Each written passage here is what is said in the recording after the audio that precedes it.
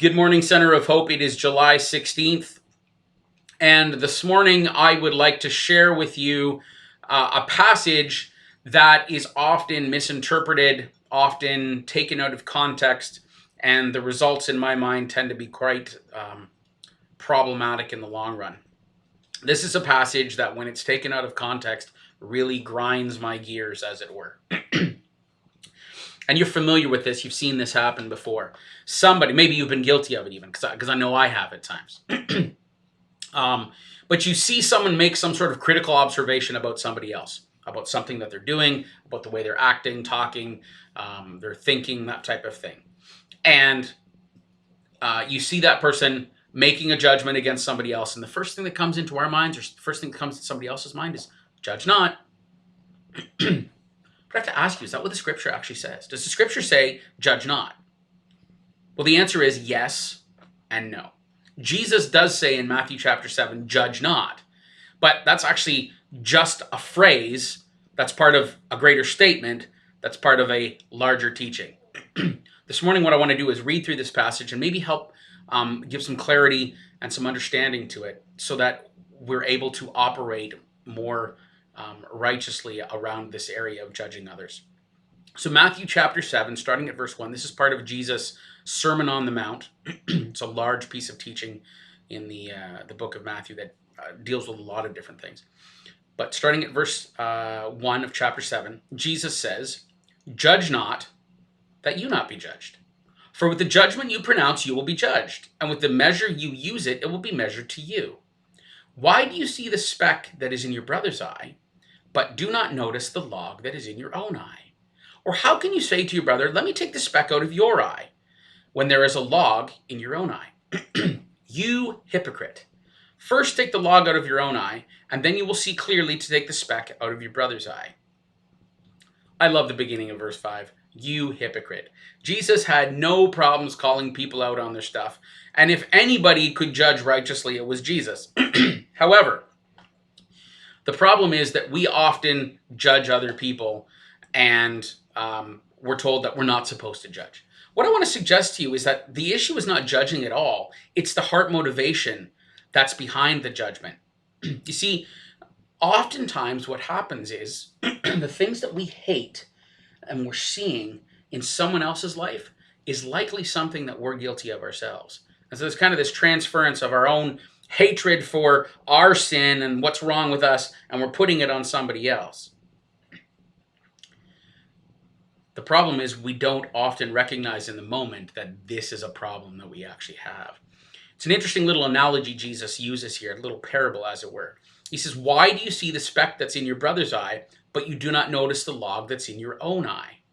Or how can you say to your brother, let me take the speck out of your own eye, or your eye, while there's a log in your own? Let's give a little context to this. Now, this would not be in line with social distancing at this particular moment, but bear with me. If a person is standing 3 feet from me and I look them in the eyes, I might actually see a little speck in their eye. But it's small because it's far away. Well, if they've got a speck in their eye, I've probably got a speck in my eye. So what I want you to do is just think of this for a second. If I'm holding my hand out as far away from my face as I can, my hand does not look incredibly huge. However, as I get it closer and closer to my own eye and put it in front of my face like this, right now, you wouldn't be able to see this, but right now what I can see really is only with that one eye, basically the palm of my hand, because my hand has become so big in relation to where my eye is at and looking at it, that's all I can see. So what's the point of this parable? The point of the parable is this. We get concerned about the speck in somebody else's eye, when really, if we have a speck in our own eye, it's not just a speck. It looks a lot bigger than that.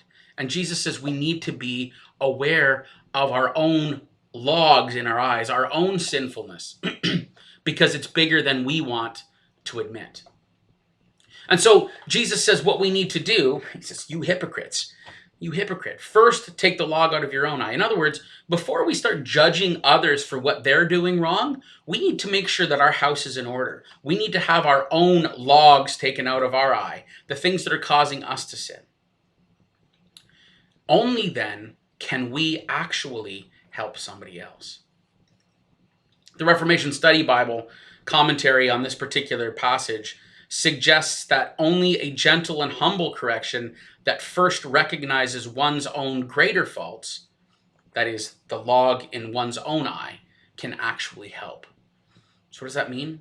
If we want to be able to effectively speak to someone else about things that they're doing wrong, things that are problematic in their life, we can only do that from a gentle and humble place.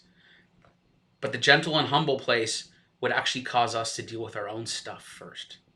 So I leave that with you today. Judging is not a problem. In fact, I think that Jesus would say we can do that. In fact, it's encouraged. However, it needs to be from a place of a pure heart where our own stuff is dealt with first. So maybe spend a little time today with God and just say, God, where am I judging others while there's still an issue in my heart? And is my judgment of others righteous, or is it condemning and not in line with you? My heart is that this will have impacted your life today. I will be praying for you all today. Have a blessed day. And as this is my last day before I go on vacation, I hope the next couple weeks is great for everybody. And I will see you guys in a couple weeks. Have a good one.